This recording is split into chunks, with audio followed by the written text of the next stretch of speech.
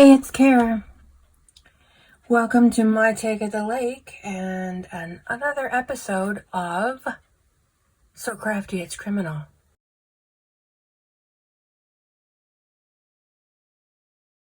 This is sort of a craft along with me, so get your goodies out if you want to do some fussy cutting or work in your glue book, or I am going to wax some thread. I will show you how to do that. But tonight we're going to talk about some true crime.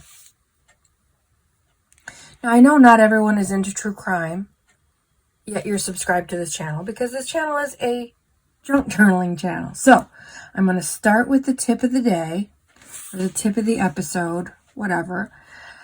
And if you don't want to stick around for the true crime talk, you'll be good to go. You'll at least have a new idea or a new how-to, and then you could be on your way. But if you'd like to stick around for the true crime chat, I'd love to have you. So, I heard or read somewhere that, of course, a lot of us use embroidery floss to sew our signatures together, 3-hole pamphlet stitch, because it's so cheap. And if you go to a thrift stores or whatever, you can usually find them in huge bags for about $1 or maybe $2. Right now, these are about 50 cents a piece, so you can get 3 for $1.50 at Walmart, brand new. It's pretty accessible. It's an easy way to sew your signatures together and or sew them into your journal cover, attach them to your spine. But I had heard or read somewhere that waxed thread won't tangle as much. And I found that to be true. I have waxed some of the things, some of the embroidery floss that I started with. I waxed some of it, and it does make a big difference. It does give it a different feel, of course, and even a teensy bit of a different look on some of the darker colors. It'll leave a waxy residue, of course, because you're waxing it. But I found it made a lot of difference in that it didn't get all tangled and it didn't knot up on me. It was easier to sew with. And so this is just one of those nice, mindless activities. It's almost midnight here at the lake. I'm tired, but I'm not ready to quit for the day. I wanted to get one more video done and get some of these little projects done. And so this is a lovely mindless craft that you can do, or craft prep that you can do, that doesn't take a lot of brain power, but it still accomplishes quite a bit. So there are several ways to do this. I had, from previous projects and from years ago, waxing my cross-country skis, I had a big box of just paraffin. And I used that at first. This is obviously not a brand new embroidery floss thing. I'm not sure how old this is or where I got it. But that was the only wax that I had. And so all you do, it's super easy. You take a bit of it, your little end, and you hold it.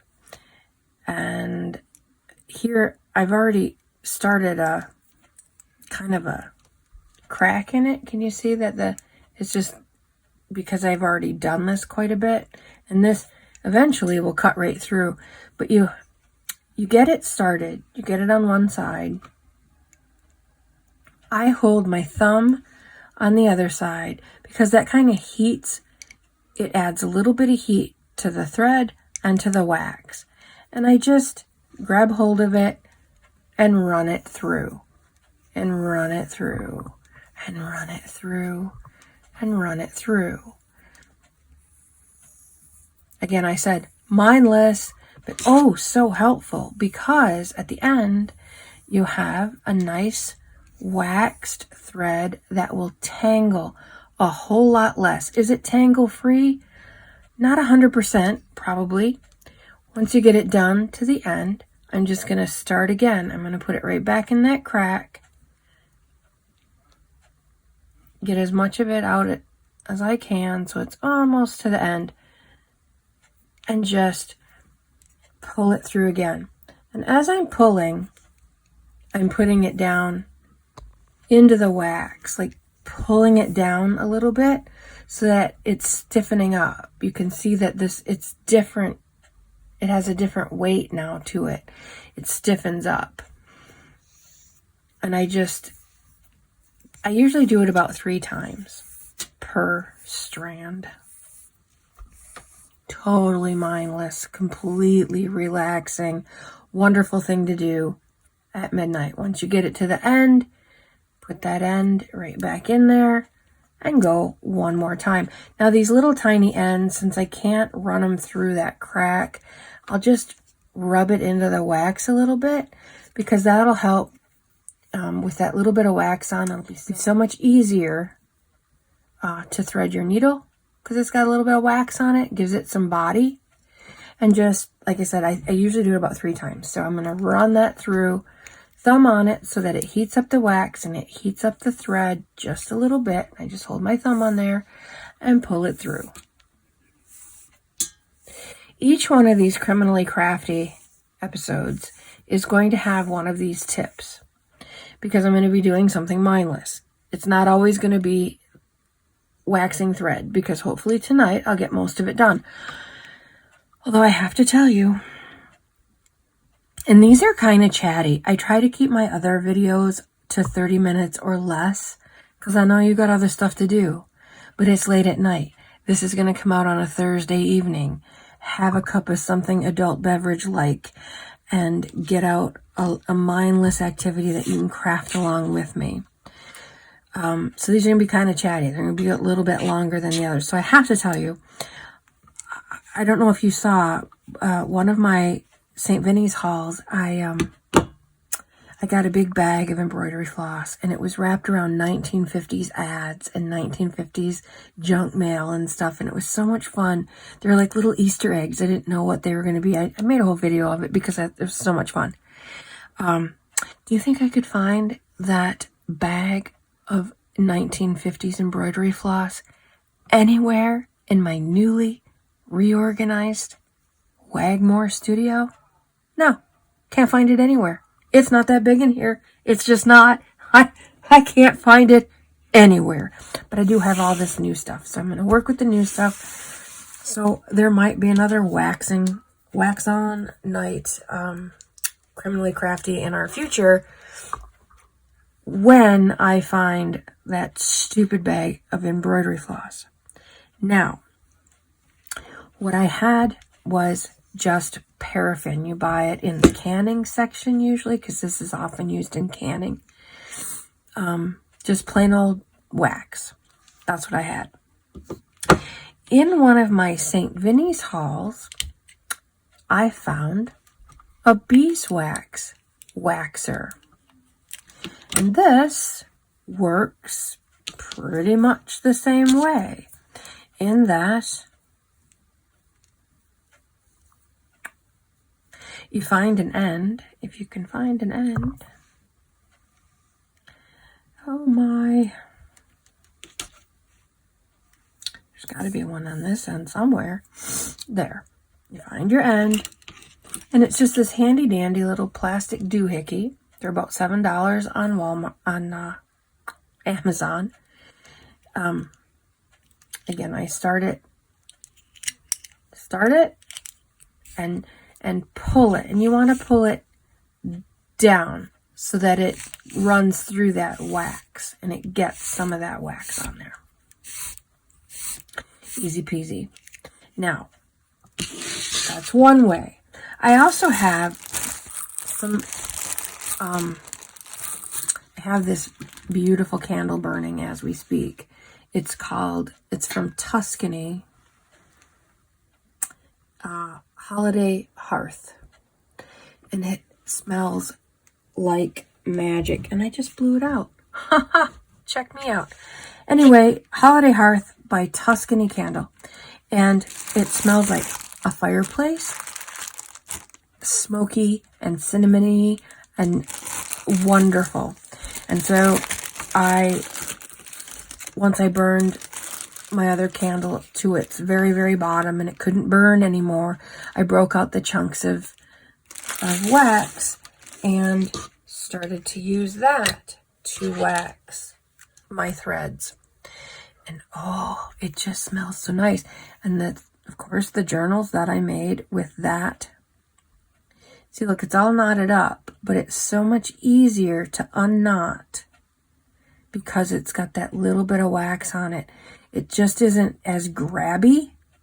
It's a little slippery, if that registers. I don't know. I don't even know if there's a science to it, but I quite like the process, especially because I can use this scrap wax. So again, I just took a butter knife, and jammed it in the bottom of the jar and got out these chunks of what was left of my favorite candle. And same thing, I just pull it along, and you can see how it grabs right in to that wax, and I just pull it down and through. And because this is red and this is ivory, it's leaving a tiny bit of a pigment to it. The smell for me is worth it. I don't care that it's tinting my ivory wax a wee bit magenta. That's all right by me, because oh, it smells so good. So that's another way. That's another cheap, easy, you got this, right? You have this at home. You have old candles. When they burn out your favorites, you can use every last little bit. Finally, tonight, so I had another favorite candle. So this is my favorite fall winter candle, this Holiday Hearth. This is my new favorite summer candle. It's called Midnight Blue Citrus from Bath and Body Works. Oh, it smells so good. Sexy and summery all at the same time. I just love it. So I burned the rest of it last night. It burnt right down to the last those little metal wick holders. No more wick, not going to burn anymore. So again, I took a butter knife and I jammed it out of the jar. I put it in a mason jar in a pot of boiling water, just enough to cover where the wax was in the jar. And as the jar heated up, of course, the wax melted, and I put it in one of these little dip cups, little plastic dip cup. And when it was cool, I just took that knife again, popped it out of there, and I have this beautiful, you could use this in a warmer now, because there's no more metal in it. These little bits are just bits of the wick that burnt. You can use this in warmers if you want, if you have a wax warmer. But of course, I am going to use it to, I wish I had those other ones because I know there was yellow in there. This would be a lovely scented yellow candle, or scented yellow thread. Same thing, same process. I'm just going to pull it through and pull it through and pull it through. And that's all we're doing tonight. That is your tip for the day. Super, super cool. Now, so I don't want to cut my thing in half, so I'm going to move this a lot because I don't want to ruin my perfect little waxy Reese's peanut butter cup thing here. And I'm just pulling it down and through and pulling it down and through and pulling it down and through. And this is really a waxy, I don't think I'll have to do this one 3 times. I think at least once should do it, twice just for fun. Just because I like the process. Again, I feel like I'm being productive. But I got, no brain cells being used here. Tip of the day. Now, on to So Crafty It's Criminal.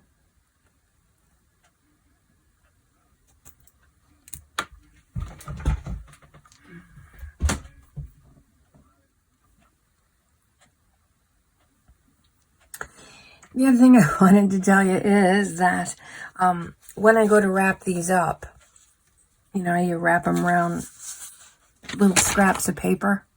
You just kind of wind them up, and then I want to make sure, in case I get hit by a bus and my embroidery floss rolls aren't seen for 70 years, like the ones I found from the 1950s at St. Vinny's the other day,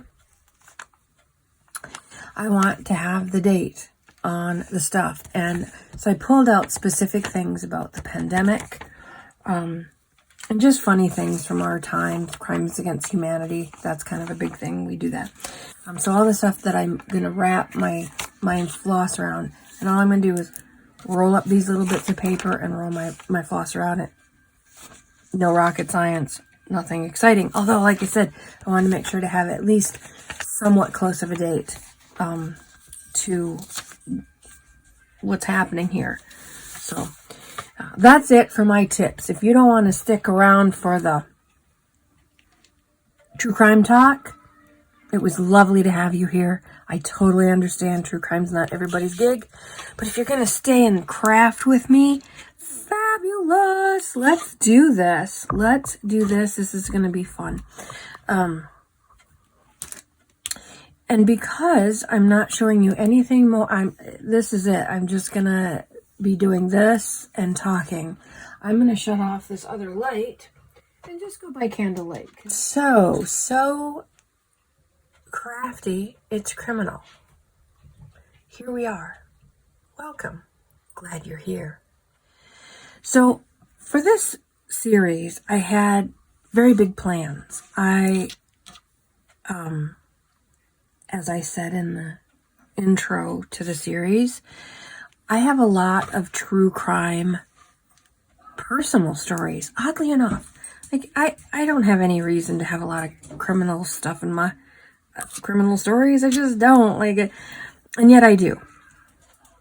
And so the plan was to go through them all chronologically and do this in a nice, neat, orderly fashion, tell you how and where my obsession with true crime started and how long I've been doing this, and tell you my true crime stories, and eventually move on to tell you about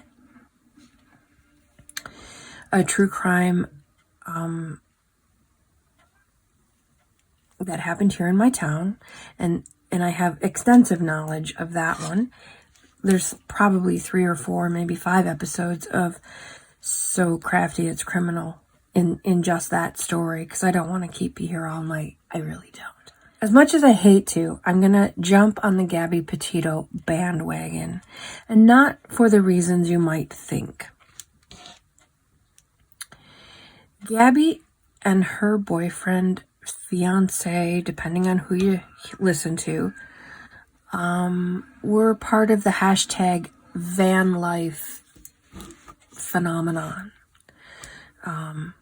Not just young people, but a lot of young people. And by the way, if you're true crime buffs, you are all over the Gabby Petito story. You are well versed. You know exactly. But I have a true crime cousin who really didn't know much about this case. And I've talked to a couple of people in my family who don't really know anything about it, which blows my mind. Like, what rocks are you guys living under? Like, I don't have cable. I don't listen to the radio. I don't watch television. I don't listen to the news. I don't subscribe to the newspaper. I don't read the news on my phone. And I know about it. Where are you people?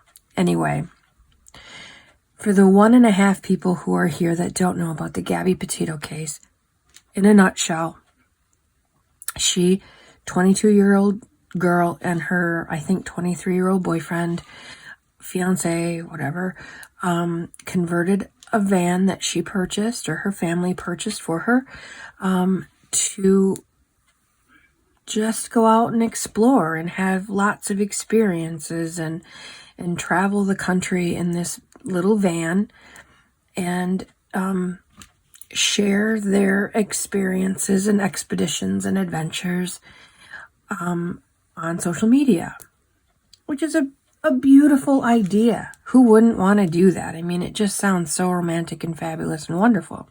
I would have done it if I were 22 and had social media and access to a cool van. I would have too. As I go, I'm just going to put these piles over, and either later or in another episode, I'm going to wind them. I'm just going to keep on waxing.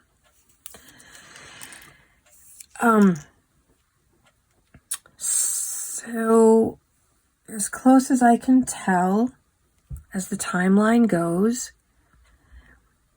her mother had a phone conversation with her August 27th, I believe. And then radio silence from a girl who was always on social media, posting everything, videos on all kinds of platforms, and talking with her parents and FaceTiming with her parents on a regular basis. Boom, quiet. And then her fiancé drives himself home in her van to his parents' house in Florida and says nothing to her family about, well, yeah, I'm home. We had a little fight. I left her in Wyoming. Nothing. He says nothing when he gets back to his parents' house. September 11th, which I don't understand why that's at least 13 days. She's radio silent, and her mother then decides to make a missing persons report. Maybe I just come from a worrisome, worrywart, overprotective, crazy, hyper family, but 3 days, my mom would have had the cops out. You know, no judgments. It just seems odd to me that that's a really long time, considering she was posting all the time and they were having all these conversations on a regular basis. Almost 2 weeks of radio silence would have driven my mother berserk. She would not. She just wouldn't have waited that long. Anyway, sadly they found Miss Gabby's remains in Wyoming, in the Tetons, Grand Tetons, I believe. I'm not an expert on this case. I've just been watching it like a lot of the rest of the world. So please don't take my facts and figures. Go do your own research and watch the videos. The reason I'm chiming in is because, like a lot of people, I have some serious doubts about serious doubts about them ever finding him in that stupid swamp that they're searching. If he drove home by himself in her van and said nothing, and his parents said nothing, despite her family begging them to say anything. It's just so bizarre. He goes away with his girlfriend, fiancé. They lived together at his parents' house. They were very close. They were going to be family. They were going to be man and wife. They're best friends. Love of each other's lives. They go off on this little adventure. He comes home alone and says nothing. Bizarro. Right? Total bizarro. Neon sign, guilty, something went wrong, guilty, guilty. And his parents say nothing. They lawyer up. Criminal lawyer up right away. More neon signs. To my mind, his parents flew him out of the country, gone to a white sandy beach somewhere in a country that has no extradition agreement with the United States. He is safely tucked away where the United States law can't touch him. His parents did that. That's my humble opinion. You know, what do I know? I'm just some YouTuber in the sticks of nowhere, but from the get-go, I think he was safely hidden away before she was even reported missing. So yeah, I have, like everybody else, pretty strong opinions on, and all of this is just my opinion. I got nothing to base it on other than, life experience and an attached brainstem and common sense and life experience. Did I already mention that one? But the reason I'm bringing this up is because his action and his family's action. Oh, look. So I'm running it through this black stuff, these burnt bits, and it's getting dirty. But I don't care. It's a junk journal. It's fine. It's fine. It's fine. His actions and those of his parents after the fact are abominable. He looks like a monster because these are monstrous things that he's done to her family and to this girl. Anyone who's watched 10 minutes of true crime knows what happened. She didn't kill herself. She didn't. Here's what happens when you live elbow to elbow with anyone, including the love of your life, including your best friend. But was he a monster before they left? I doubt it. They were young kids. They were happy. They were normal, happy, wonderful people. But they have collapsed their universe into that tiny little van. And I don't know about their finances, but that kind of life is it can be kind of pricey, especially when gas prices go through the roof and whatnot. And if anything should happen to the van, no one reported that it did, but their whole lives are now in this van and they are spending 24/7 with each other. That's problematic, no matter what the circumstances. But here's where I think it went really sideways for these two beautiful kids. They're trying to put out, as so many people do, they're trying to put out we're living the dream, everything is perfect and wonderful and magical facade, right? Like all the social media, they're happy and they're smiling, and in all of the online amateur sleuths are looking at like every single frame of every single post that they made.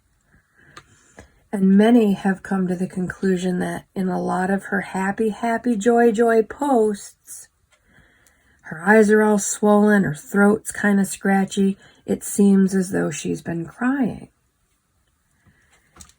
Now, anyone who's ever been 20-something in a relationship, especially engaged, especially on the threshold of, there's a lot of pressure to keep up appearances. I remember my own 21-year-old self, when I married my high school sweetheart. We had so many problems. And I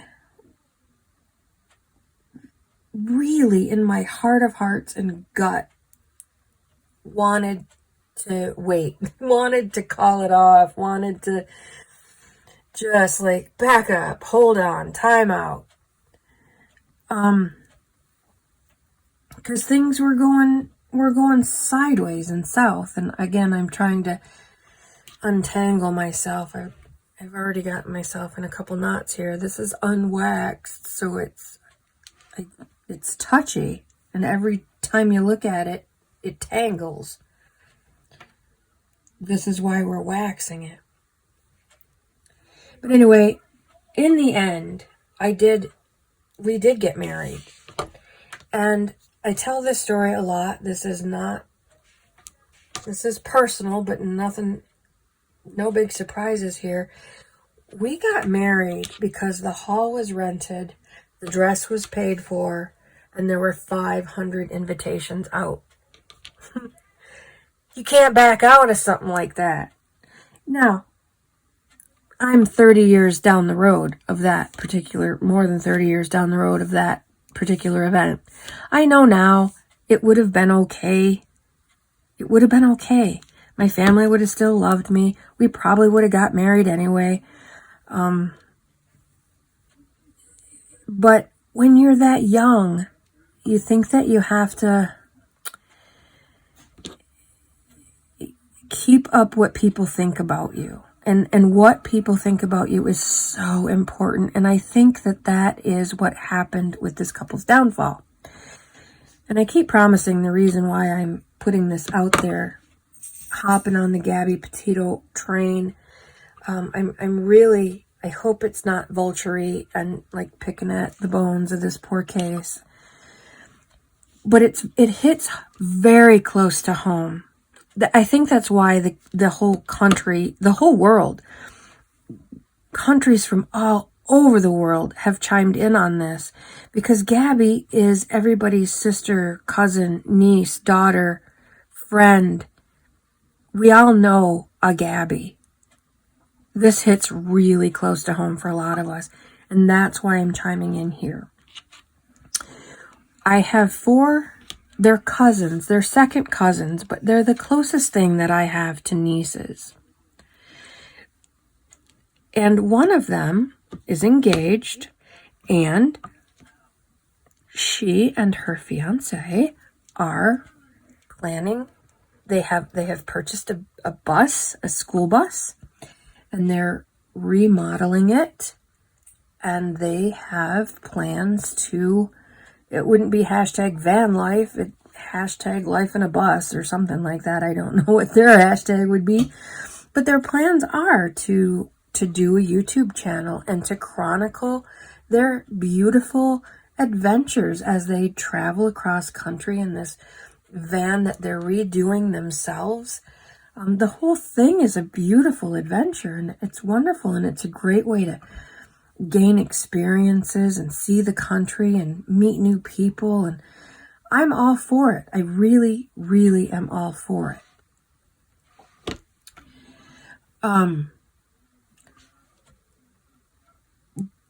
But what happened to Gabby could happen to anybody. Because again, I don't think he's being a giant a-hole right now. A lot of people think he committed suicide.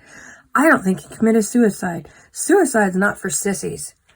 And he seems to be a coward. I don't think he has the guts to commit suicide. I think he's too narcissistic to commit suicide. He thinks too much of himself to commit suicide. So I don't think he's dead by his own hand. He may do suicide by cop if he were anywhere near U.S. authorities, which he is not. Again, in my humble opinion. He's being a giant a-hole now, but I don't think he went into that van a monster. I don't. I think both of them, they're very young. And people, unfortunately, I hate to make this sweeping generalization, but people of that age are very, very susceptible to mental health issues. Even if you're not susceptible to mental health issues, if you're in a van with one person 24/7 and you have different ideas on on what the YouTube channel should look like and what the social should look like. And you have different ideas on how money should be spent. And you have different ideas on how clean the van should be or not. You have different ideas on where we should go or not. You know, all that comes with any relationship. But pack all that up into a van the size of a saltine cracker, and it's going to go off the rails. If you're trying to keep up facades, if you're trying to put out to the world, everything is perfect, everything's fine, happy. And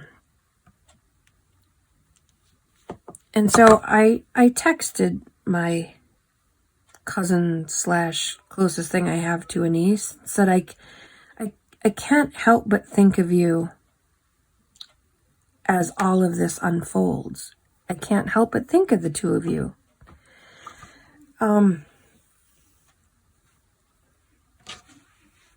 People can't relate to perfection.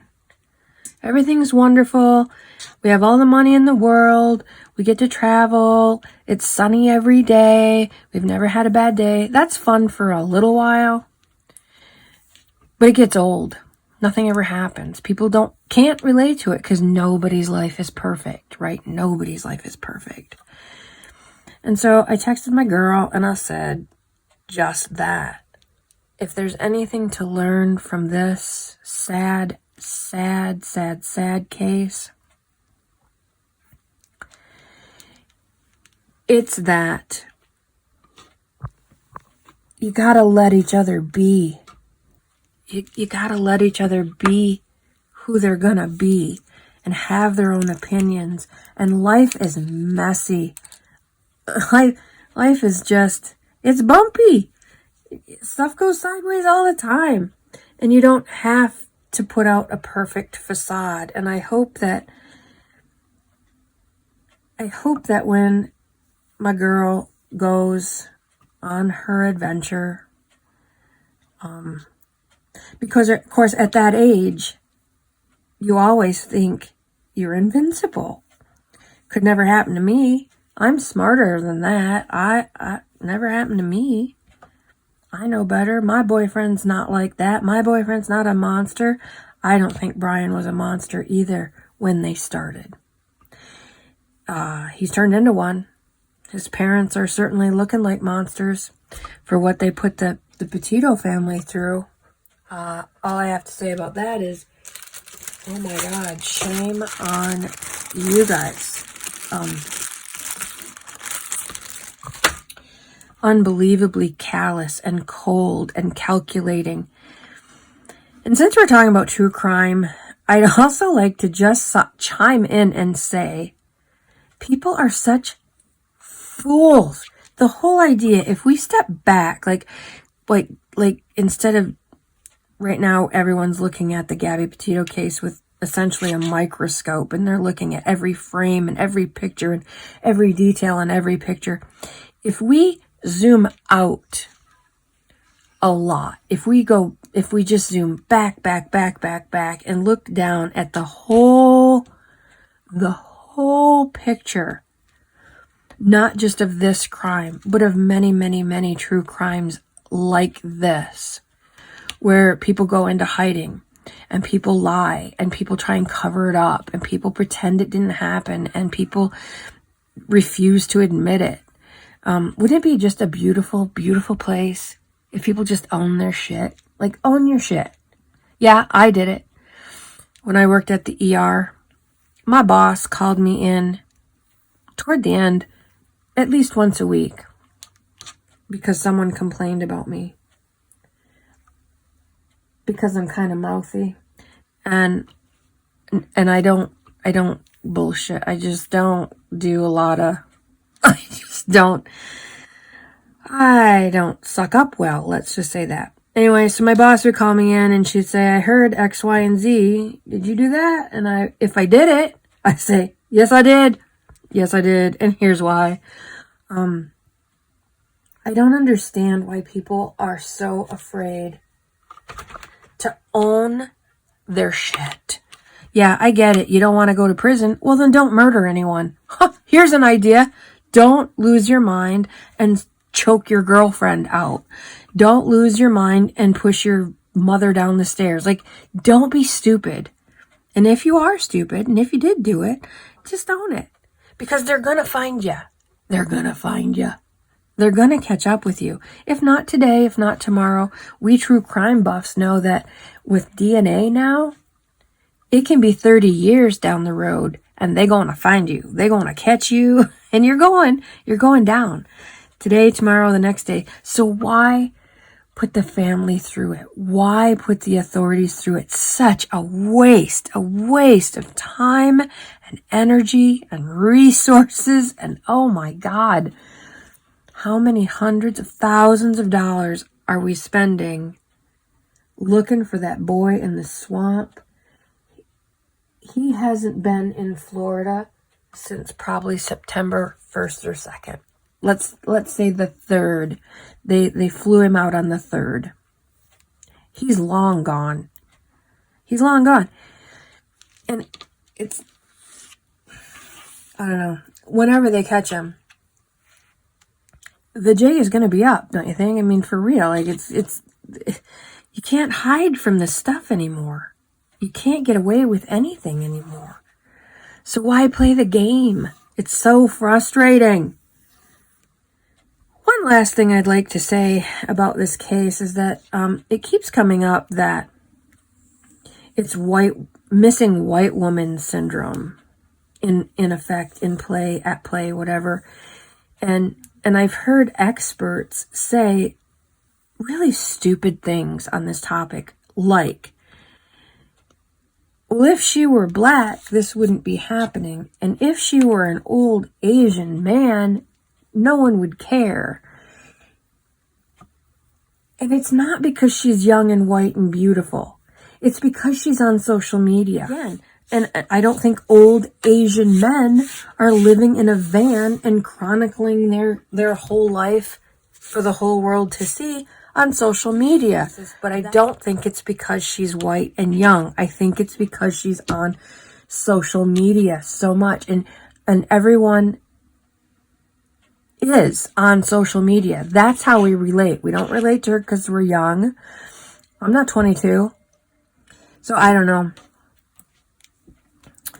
I don't think they're going to find him in the swamp. I don't think they're going to find his remains in the swamp. I don't think he's going to come out of the swamp and do suicide by cop. Because if he did do suicide, I think that's the only way it would happen. Again, he's too narcissistic, self-absorbed to,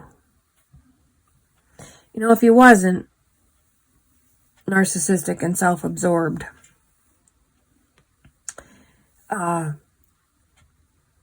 if he had any sort of conscience, he would have contacted her family. Because as fiancé, her family is his family. And shame on those parents. Shame on those parents. Shame on those parents times 1,000. They are going to be vilified forever, no matter what happens. And quite frankly, I think they deserve it. Yes, I do. I think they deserve it. How dare they put the Petito family through it? I get you're protecting your son, but you raised up a murderer, if that's what happened. If that's not what happened, why are you hiding? Why are you hiding him? Why is he hiding? Why is he running? And the whole thing about, okay, so the FBI doesn't tell us everything they know. I hope that they're going on more than his family's word, because clearly his family's word is for shite. Cheese and crackers. Who saw him go? And the stories don't make sense. He took off walking. The last time they saw him, he was walking with his backpack. So why was his car there? Please do to explain.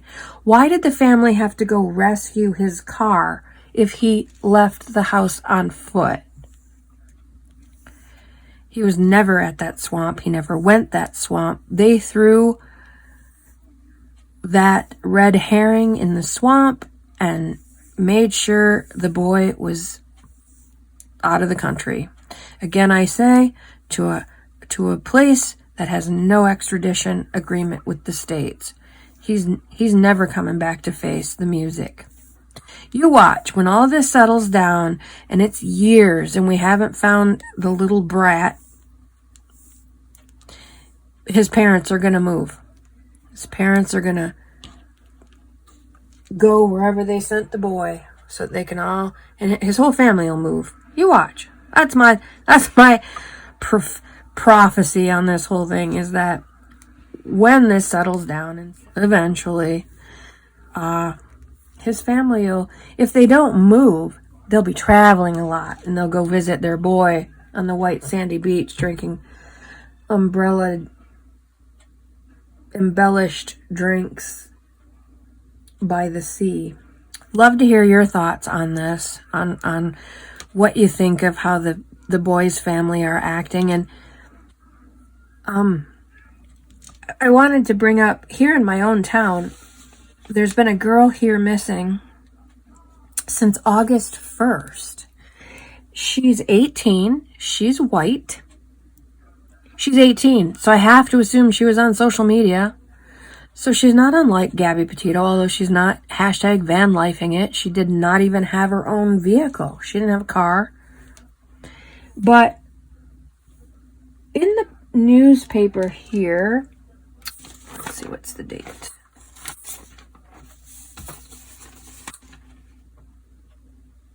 September 10th, there's a big story. Let me repeat. She's been missing since August 1st.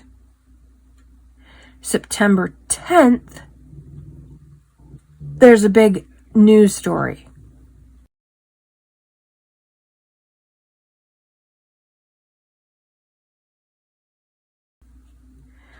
A month and 10 days later,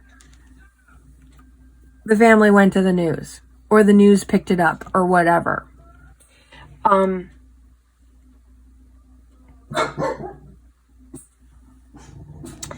newspaper, in its brilliant wisdom, does not say when the missing persons, when the family filed the missing persons complaint, or whatever it's called.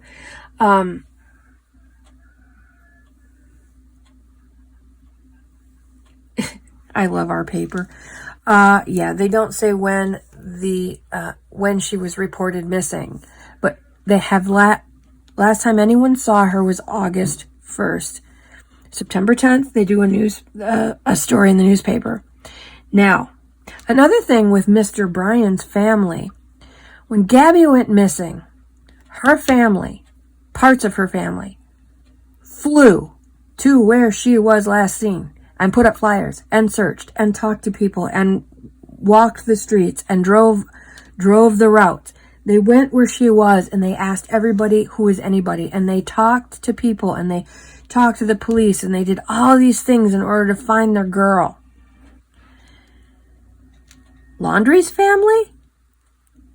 Oh yeah, we haven't seen him since Tuesday. Huh, that's kind of weird. I think we'll report him on Friday.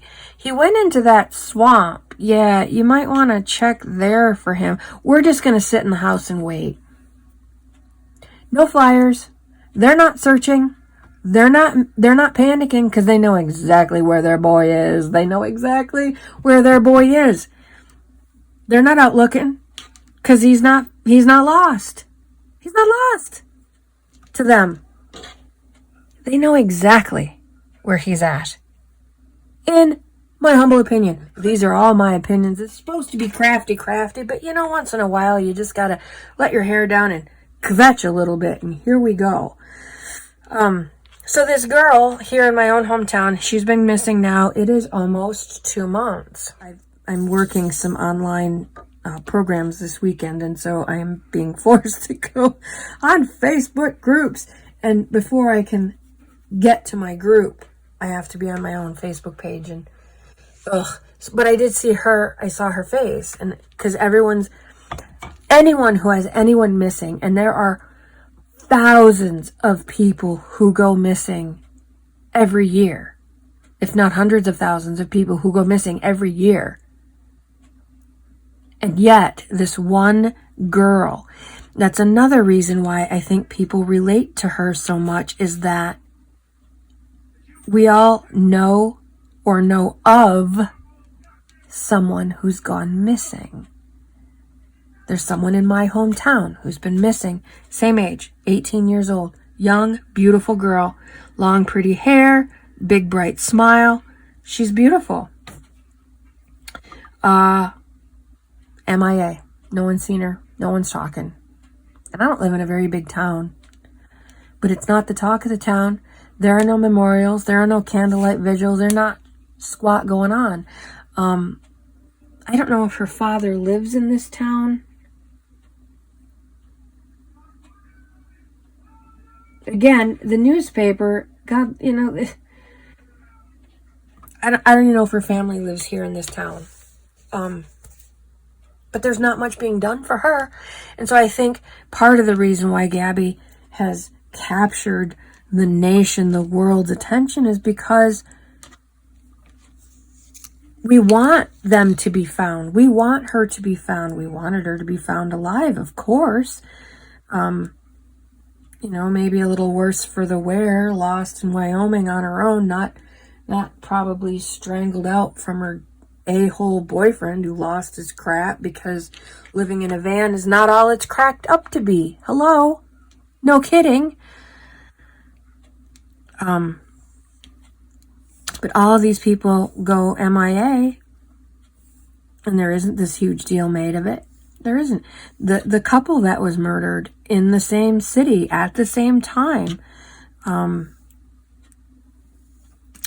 unfortunately, I remember the name of the city was Moab, but I don't know the girls' names. We're never going to forget Gabby Petito's name. She's, as many people have said, this case is the OJ of 2021, the OJ Simpson case.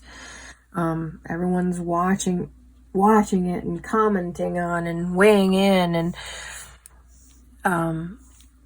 I sadly I don't know the couple's name that was murdered in Moab. I could picture them. There were so many pictures of them at their wedding and some of their social media pictures and whatnot. But so I have to wonder, you know, you got to use common sense in this stuff. And, you know, Laundry's parents they're not even trying to pretend like they're looking for him. They're just like, oh, yeah, I'm just going to be here at home. Call me if you find him. They're not worried because he's not lost. Like Gabby was lost. Like this young girl here in my own hometown is lost. Nobody's talking. It's unbelievable that the parents and a lot of the lawyers have been weighing in and saying, oh, they don't, you know, if it's their kid, they don't have to. But there's a fine line between taking the fifth and obstruction of justice. I do believe there's a line. Again, I'm not a lawyer, not a cop, just a true crime buff who's amazed that this Laundry family has been allowed to get away with this for this long.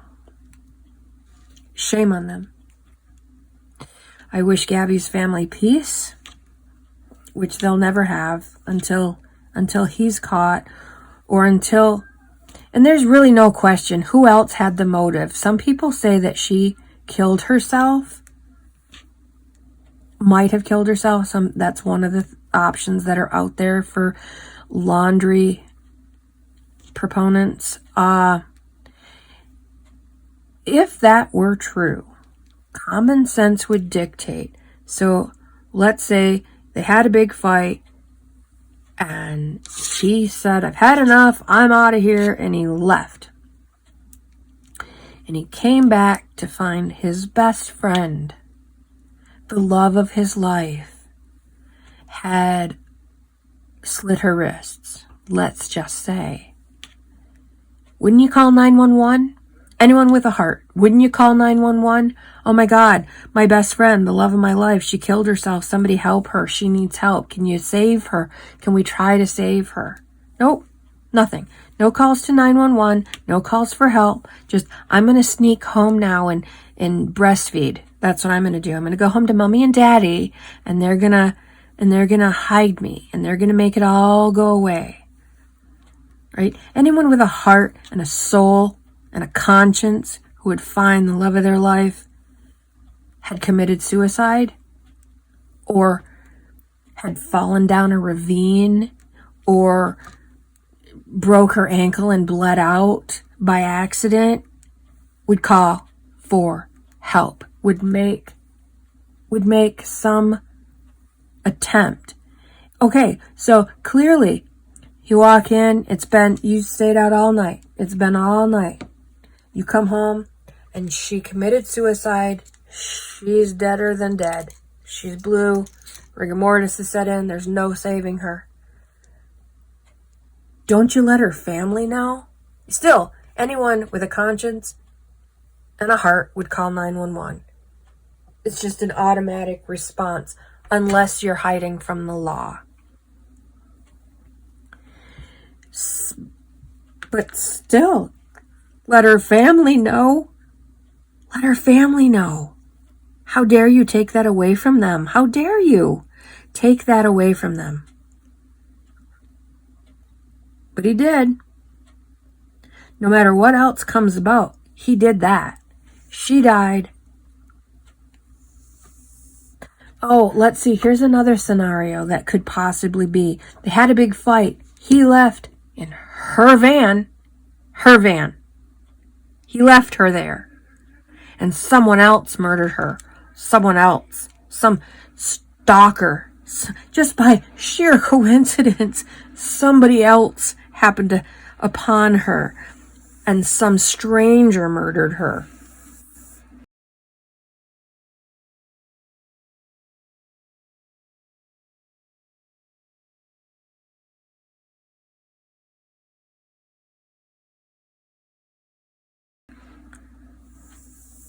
Still, you'd tell, yeah, we had a fight, we broke up, I drove home, yeah, I stole her van, yeah, I stole her credit cards, so she's screwed. I just left her there. You know, you would have that conversation somewhere along the line. Unless you're a narcissistic, coward little POS. Then you'd go home and you'd breastfeed to mommy and daddy, and they would fly you to a country that has no extradition agreement with the United States, and there you will remain the rest of your days. I think I have kvetched this case out. Again, I was hoping to do this in a different order and hoping to do topical crimes way down the road. This was not on the radar just yet. I think I have at least 14 different personal true crime stories to tell you before, plus the one with the multiple videos, before getting into possibly current, contemporary, national, international cases. However, since I have gone ahead and broken my own protocol,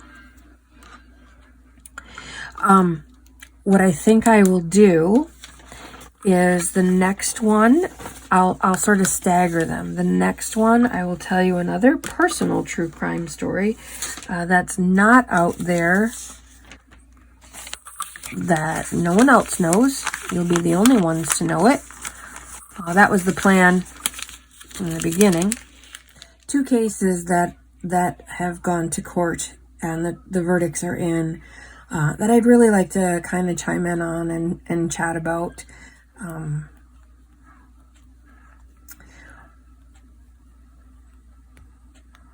Because some of the crime shows I watched on them, seem to really be way off in my humble opinion. Like, how could you get that so wrong? It just seems... So I'm anxious to kind of just kvetch about that one too. I hope that you enjoyed this little diversion and this craft along. I'd also like to say one of the reasons this exists, this craft with me exists, primarily because I'm such a true crime nut, have been since I was 9, at least. I might have been younger when it all started. We'll talk about that another time. But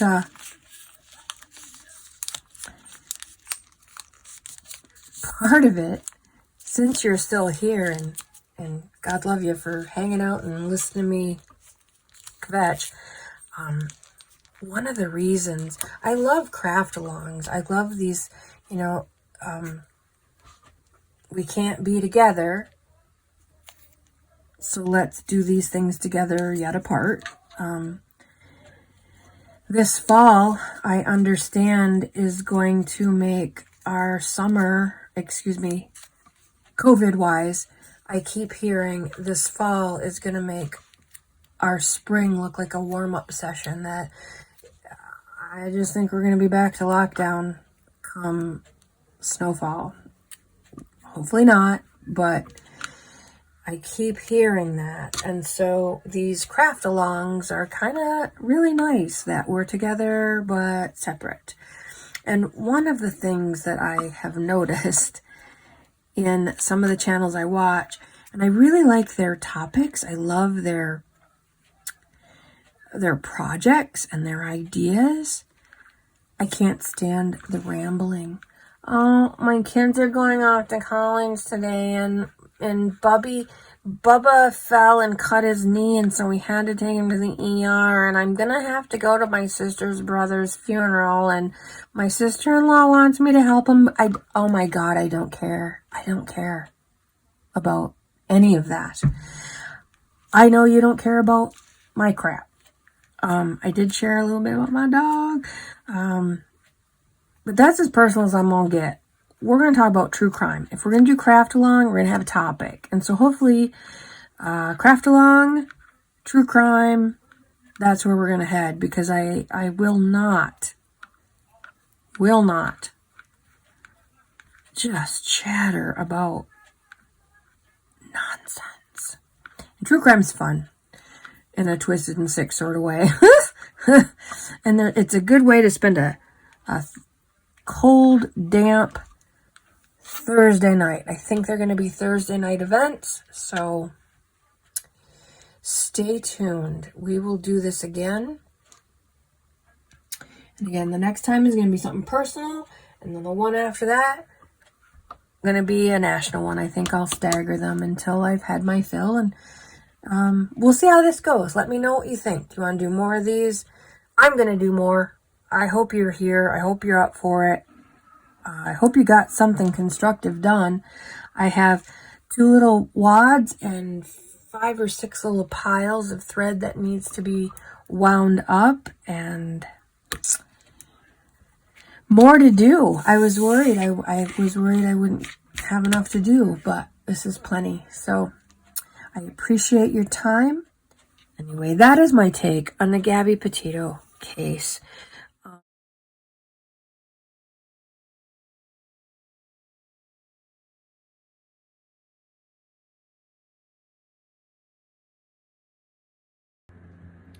Shortly after recording my take on the Gabby Petito case, the young lady from my own hometown was found, sadly buried in some guy's backyard, unceremoniously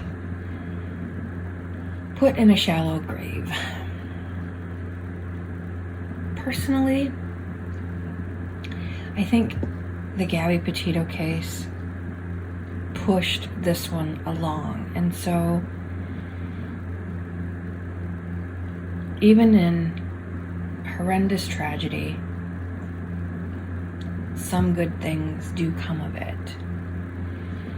Gabby Petito's family has, in the midst of their grief, set up a foundation to help find missing people and to help bridge the gaps between people being lost and people being found.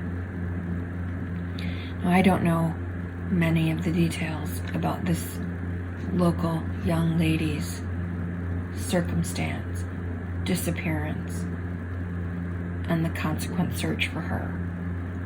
I can tell you, I feel like very little was done until the Gabby Petito case got big.